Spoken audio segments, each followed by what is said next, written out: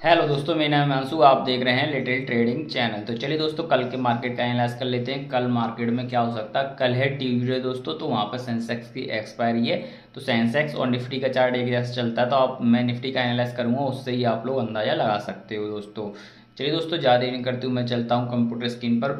वहाँ से कल के मार्केट का एनालाइज कर लेते हैं। कल हमने क्या बोला था और मार्केट में आज क्या हुआ है दोस्तों। तो चलिए दोस्तों, मैं आज का हूँ कंप्यूटर स्क्रीन पर, यहाँ से समझते हैं।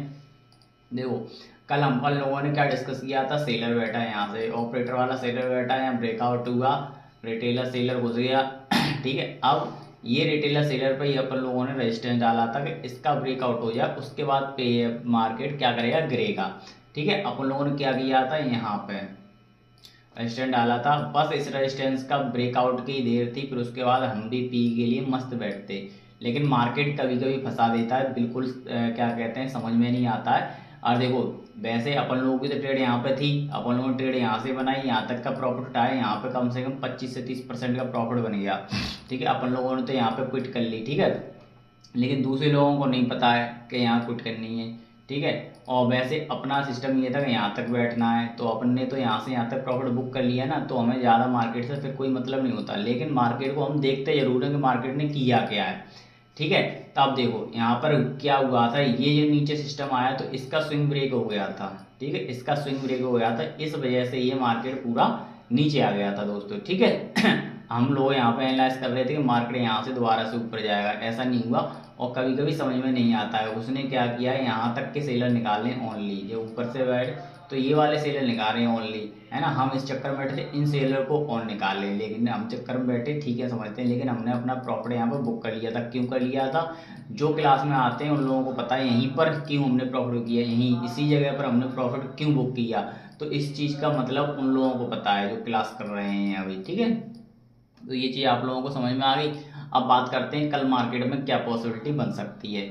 अब देखो समझना, अब यहाँ पे ऑपरेटर बैठा है दोबारा से। ठीक है, कौन सा वाला, सेलर वाला।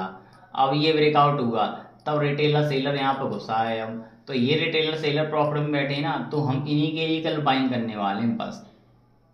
ठीक है, इसी के लिए हम बाइंग करने वाले हैं, यहाँ तक के लिए, केवल यहीं तक के लिए बाइंग करेंगे। इसका ब्रेकआउट नहीं होना, इससे पहले ही अपन लोग यहाँ पे निकल जाएंगे दोस्तों। ठीक है, इससे पहले, जैसे आज हुआ था ना, इसका ब्रेकआउट नहीं हुआ था, ऐसे ही कल ये ब्रेकआउट नहीं करना चाहिए। ठीक है, ये जो अपना रेजिस्टेंस ला, इसका ब्रेकआउट नहीं होना चाहिए, नीचे कहीं से ही वापस आ जाना चाहिए अगर सेलिंग होगी तो।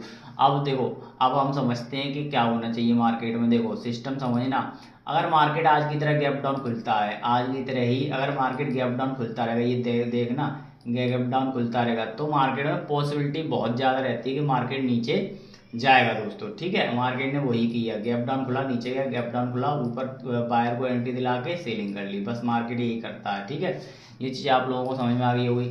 तो गैप डाउन खुलेगा, तो गैप डाउन में तो हमारी क्या स्ट्रेटेजी रहती है, पीछे का जो चार्ट है वो कोई काम का नहीं रहता हमारा। ठीक है, तो पीछे के चार्ट से फिर हमें कोई मतलब नहीं है, गैप डाउन खुलेगा तो।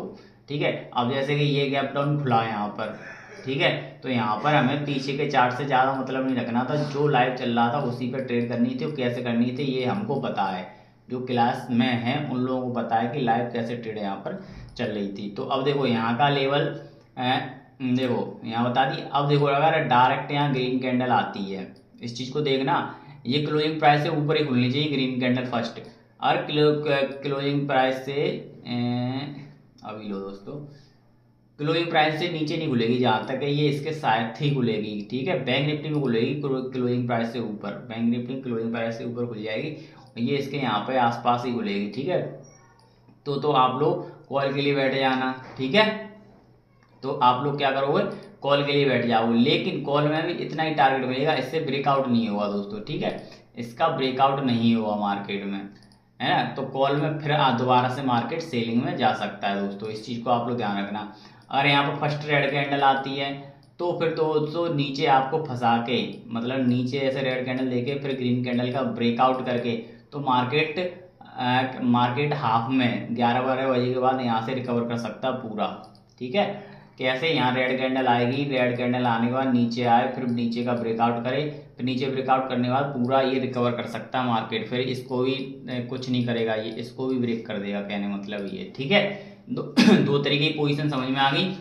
एक तो कैसे कर सकता है, रेड कैंडल बना के नीचे आके सबको फंसा के ऐसे यहाँ से लौट सकता है। गैप डाउन खुलता है, यहाँ पे गैप डाउन खुलेगा तो फिर हम इसमें क्या कहते हैं सेलिंग पर नजर बना के रखेंगे। कैसे, ये क्या कहते हैं ऊपर की ओर ब्रेकआउट करे, बस जैसे ये क्या करेगा, जैसे गैप डाउन खुले आए फिर एक स्विंग बनाए, स्विंग का जैसे ब्रेकआउट करेगा तो अपन लोग क्या कर लेंगे, पी की ट्रेड ले लेंगे। जैसे ये थे सेम था, है ना, जैसे ये सेम है आज का भी, इसका ब्रेकआउट किया यहाँ पे पी की ट्रेड हो गई। ठीक है, तो पी सी दोनों ट्रेड यहाँ पे बन रही है, लेकिन किस हिसाब से बन रही है वो चीज़ मैंने आपको साफ साफ यहाँ पे समझा दिया। वैसे तो यहाँ पे सेलर प्रॉफिट में बैठा, सीधी साफ ये बात है, जब तक इनका प्रॉफिट खत्म नहीं हुआ सेलर का तब तक मार्केट नीचे नहीं जाएगा दोस्तों, साफ सीधी बात ये है। ठीक है, तो इनका प्रॉफिट खत्म करके आना चाहिए। जैसे कि आज इन लोगों ने ये क्या कहते हैं, जो भी सेलर थे यहाँ से एंट्री ली हुई, उनका प्रॉफिट खत्म करके आया, लेकिन इन लोगों को नहीं किया। तो कभी कभी नहीं करता है दोस्तों ये चीज़ें, ये मान के चलो हमारी ट्रेड 90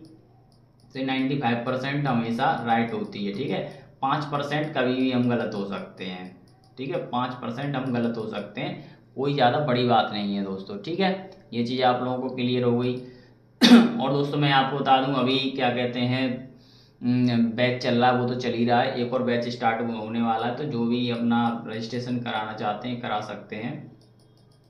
ठीक है, जो भी अपना रजिस्ट्रेशन कराना चाहते हैं तो करा सकते हैं, नया बैच स्टार्ट होने वाला है। मैंने कल की वीडियो में बता दी थी कब बैच स्टार्ट हो रहा है वो। तो चलिए दोस्तों अब करते हैं क्या क्या कहते हैं बिटकॉइन का एनालाइज, बिटकॉइन में क्या चल रहा है हमारे। ठीक है, और बिटकॉइन में हम कैसे एनालाइज करते हैं आप सब लोगों को पता है, 4 घंटे पे एनालाइज करते हैं।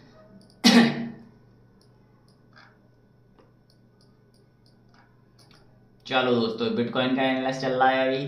ठीक है, अब बिटकॉइन में आप चीज़ देखना, ये हमने क्लास में डिस्कस किया था, ये वाली चीज़ जो अभी पोजीशन बन रही है, ये वाली पोजीशन हमने क्या की थी, क्लास में डिस्कस की थी। ठीक है, ये वाली, ये कितने बजे की कैंडल है, ये 5:30, इसमें अभी टाइम चेंज हो गया क्या, 9:30, 13:30।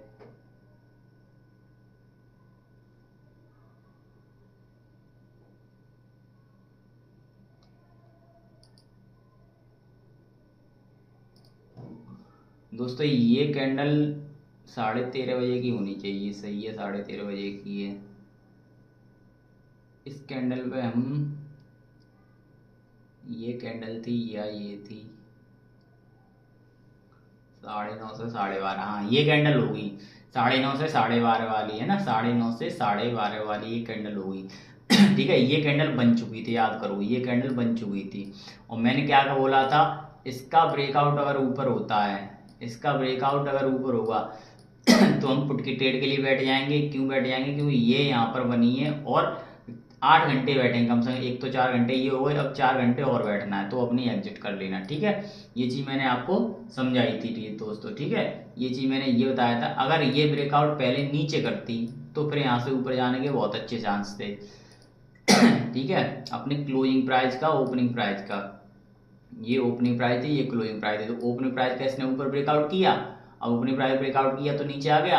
अब इसमें आपको मैं बताता हूँ क्या कहते हैं, मार्केट में बड़ा टारगेट करना है। क्यों टारगेट बड़ा करना है, सेलर और बायर की पोजीशन आप लोगों को समझ में नहीं आएगी। तो इसमें अभी पोजीशन सेलिंग की चल रही है, केवल अब कितने 39 मिनट बचे हैं, बस इसके बाद तुम आराम से एग्जिट कर लो, इतना प्रॉफिट बहुत होता है। देखो कहाँ से कहाँ तक है, अगर मैं आपको देखो गिराऊँ तो कितना है, और ये ट्रेड इसके ऊपर थी ना, यहाँ पर ही कहीं लेते टॉप पे 1,19,675 से अभी मार्केट कितना चल रहा है, 1,18,690, 75, बिल्कुल 1000 पॉइंट पूरे पूरे मिल चुके हैं आपको यहाँ पे।